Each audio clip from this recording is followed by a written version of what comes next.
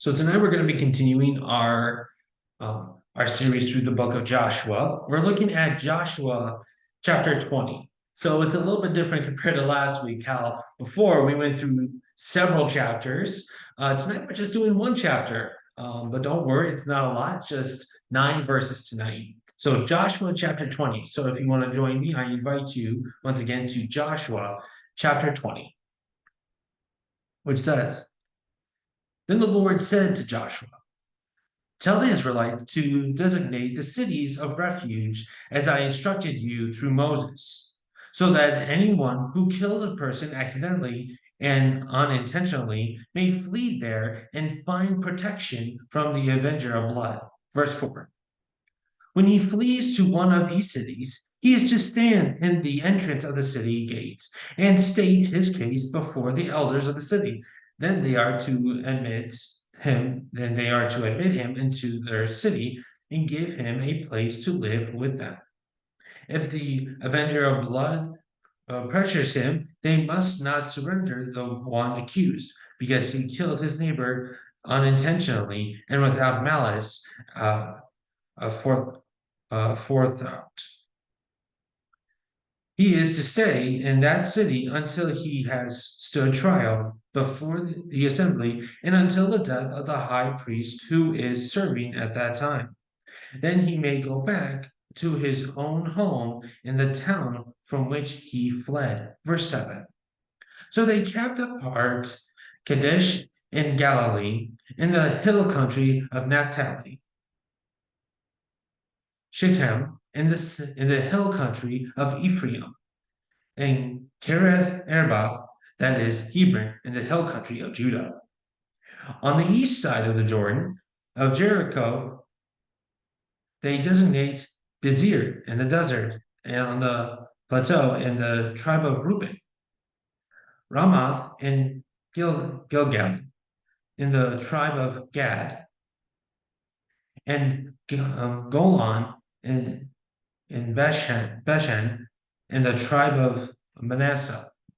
Any of the Israelites or any alien living among them who killed someone accidentally could flee to these designated cities and not be killed by the avenger of blood prior to standing trial before the assembly. So, as I mentioned earlier, we've transitioned from all the battles in the book of Joshua, of conquering and taking over the promised land. So again, we started with Jericho, the Battle of Ai, and now we've transitioned from these wars, these battles, to now being a part of the Homeowners Association. With last week, we looked at the distribution of cities, as well as like of who's going to be in which tribe. We looked at the promises that God had and how God looks at all the details. Today, we're looking at some other details that God has. We're looking at the cities of refuge. See, as a part of the promised land, God commanded to have cities as a place of refuge in case of a person kills another accidentally. This is a place where people can go to have a place to stay while the investigation is happening, or just to be simply protected by the avenger of blood. That's the person who is like trying to seek revenge. Now, this was not just something that Joshua made up on his own or somebody else said, like, hey, this is a great idea. What if we do this? This was given to them long before they even got into the promised land. You see, we find it in Exodus 21, we find it in Numbers 35, as well as Deuteronomy 19, that there were to be cities of refuge for the people who commit unintentional manslaughter. These cities were to be appointed after the conquest of the Promised Land, which that's where we are today. We are now after the conquest of the Promised Land, and now they're distributing the land, and then they are designating these cities. Now, one of the things that was going on this time is that the practice of getting revenge was a practice that was happening throughout the world. People would see that, oh, someone just killed my friend, my brother, and they would say, oh, we got to go get the guy who killed my brother, and we got to get revenge for him. We got to avenge his death. However, if it was by accident, if it wasn't out of hate or just if it wasn't murder, if it was an accident, then the person who did this act could then flee to a series of cities that are throughout the Promised Land and have refuge there. And this is a time where people could like it's a time where the people who are trying to get revenge to cool down a little bit of just like, hey, don't just go and just kill at will. We got to have an actual justice system here. Now, there were six cities that we saw in this chapter that were designated for this for the cities of refuge. Now, it wasn't just like a little small city that people could like just go to, and it wasn't like just like a tower that people go to. It was an actual city. The size of the city was about 35, 40 miles in diameter. So it was a fairly decent sized city that people can go to. And it allowed the people who are running for their lives, literally running for their lives, to then get there and not have to travel as much. So it's not just, oh, I have to get to this one building to be safe. I just have to get to this city.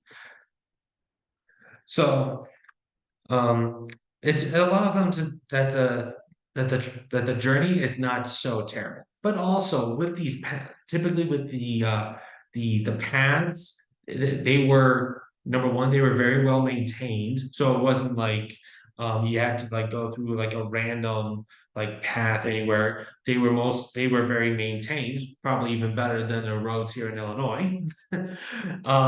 There was also it was also marked, so it's like there were signs that say refuge, refuge, pointing them to the direction of these cities to get to. Now, it wasn't just simply like, oh, I can just go to these cities and I can walk in and be like, oh yeah, it was an accident. I didn't mean to at all. But no, this was a place where it's like when you get to the gate of the city, you have to like explain to them, be like, hey, it was an accident. So this is kind of like a preliminary trial. This is like, hey, I'm trying to plead my case here. This is the initial trial, just saying like, hey, I didn't mean to do this. It just happened. Like, I don't know, like my axe slipped and it hit my friend and everything. And now his posse is chasing me. Now, if this if this case, um if the person seeking refuge gives an authentic and true case, then the people at the gate say, okay, this sounds legit. You may come in and have refuge here until your appropriate trial date. If it seems a bit sketchy, if it doesn't like if it sounds like, hey, this doesn't sound like an accident, it sounds like you actually plan to do this, then yeah, you're not going to be allowed in here. Like now, I know this, like with all this, just now, let's just say if the person is found innocent at the gates, then they can come in and have refuge there. The people who are seeking revenge can't come in and get revenge for themselves and kill this person. They have to stay away until the appropriate date, which then they can probably go to the trial and talk to like the high priest or the person that is in charge of this court case. And so then if they're found innocent, great. They then must stay at that city of refuge until that high priest has died. If they are found guilty, then they are given over and then they are going to be executed, most likely.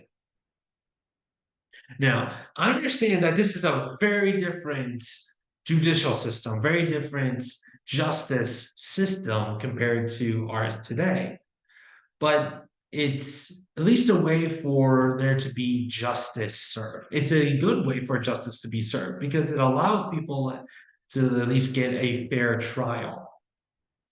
Now, really quick here, I'm just going to pop up a map for you guys. I saw this in my commentary this today. So this commentary, it's the Booty. I'm sorry, it's the Moody Bible commentary. And when I saw it, they showed this map, and I'm like, oh man, this looks great. And I wanted to show everyone else this map because it really helped me understand where these cities are. And so I want to make sure that you guys know where they're at as well. So on one side here, you have the list of cities that are it's the city and then the tribe in which they were located. And we have three that were on the west side of the Jordan and three on the east side of the Jordan. So that it just kind of actually worked out for everyone. So on the key here at the top of the map, we have one of the things. It has three categories. It has cities that are uncertain in location, and then city of refuge, and that's the one we're going to be looking at. The city of refuge. It's got the plus sign. So up north, at the very north, we see Kadesh. This is in Naphtali, the tribe of Naphtali. And then going down the map, right under the big word Manasseh, that's uh, Shechem. This is in Shechem. This is in the tribe of Ephraim. I know it looks like it's really close to Manasseh, but it's still part of the tribe of Ephraim. And then in Judah, at the very the southern part, you see that big word Judah. Right underneath that, we see the word Hebron. And then we go across the Jordan River, and then in Reuben, we see Bezer. And then going north from that, in Gad, we see uh, Ramoth Gilead. And then north of that, in Manasseh, we see Golan. Now remember, Manasseh was split into two half tribes. So a half tribe of Manasseh went on the east side, and the other half was on the west side. And again, as we talked about, this was because of half tribe of Manasseh as well as Gad and Reuben really liked the land that was on the west side for their cattle, and that's something that we remember back from Joshua chapter 1, as well as we'll talk a little bit of last week, designating that land for the 2.5 tribes. So really quick here, I'm just going to stop the share.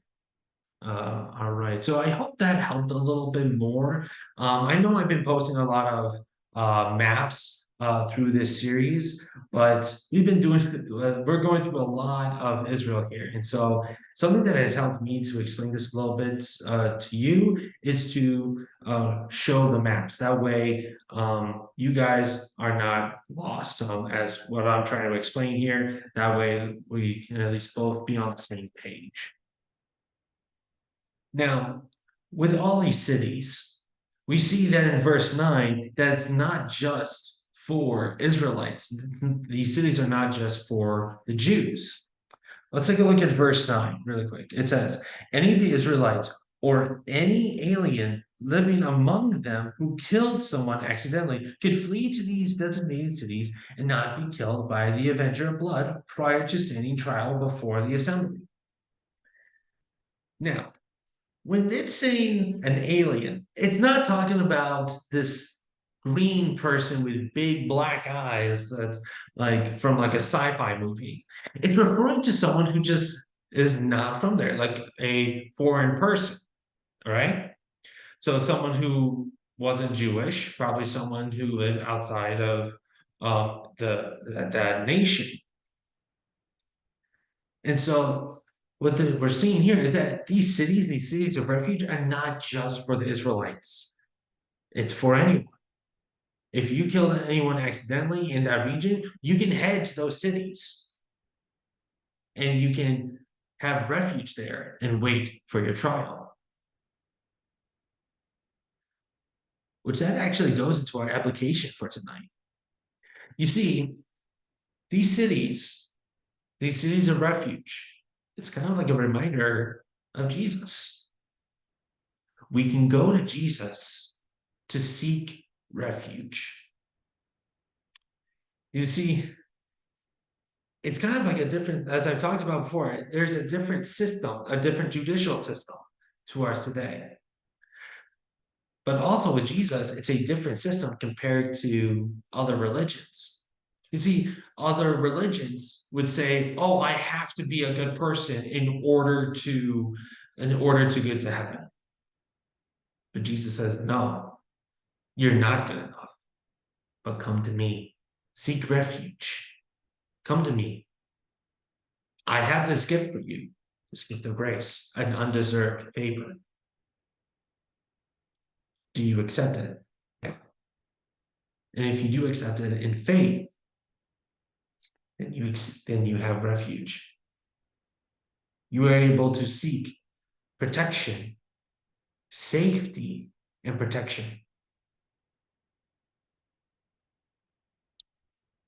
And with Jesus, seeking refuge in Jesus, it's not just for the group of people in Israel. It's not just for us here in the United States. It's not just for those in the Philippines, not just for those who are in any city in the world, not for one designated city, but it's for everyone. Anyone can go to Jesus and seek refuge. Have you fled to Jesus? I want to leave with that tonight. Have you fled to Jesus? Let us pray.